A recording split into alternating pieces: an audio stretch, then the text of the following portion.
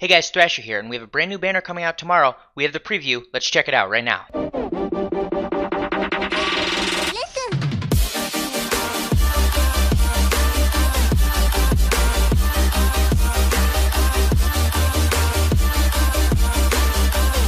Okay, so if we go over to menu and then click on news, we see that there is a new banner on the way. It's called Legends Androids, and it consists of all androids. We have the brand new character, the blue sparking melee Android 18. We'll come back to her in just a second. And then we have returning characters. We've got the Perfect Form Cell, we have the Android 16, we have the Android 17, and we have the old Android 18, who is also a melee unit. So here's the way I would rank the units that are not new. The Cell is a very powerful unit that is near top tier. He's not quite top tier. He's probably an S-class unit. He's very good.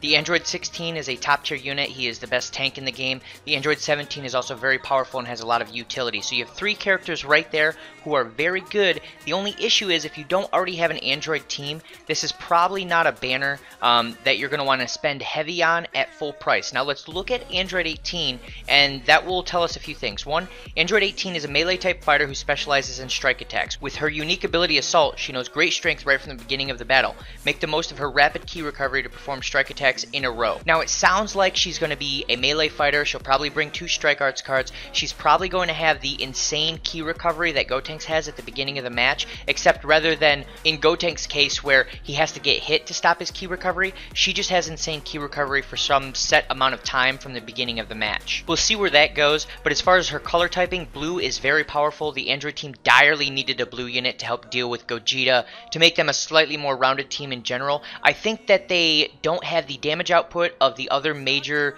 tags, and they need to make up for that with more well-roundedness in colors and utility. Now, the Android team does have quite a bit of utility with Android 16, Android 17, so this can be a very viable unit, assuming that her stats are good and the rest of her abilities are decent, once you already have an Android team built out. Now, as far as spending crystals on this banner, if you don't already have an Android team, it's probably going to be a pass. I will have a full review of the banner when it comes out tomorrow, but like I said, she does look like a very powerful melee unit if that's what you need on your Android team. Outside of that, there's a lot of quality units on this banner, but I wouldn't say there's any unit that's a must-have. And keep in mind, we have a lot of very, very heavy hitters on their way in the very near future. We're going to have Super Buu, we're going to have Ultimate Gohan, we're going to have Vegito, Super Vegito, we're going to have Majin Vegeta. So there's a ton of characters coming down the pipe.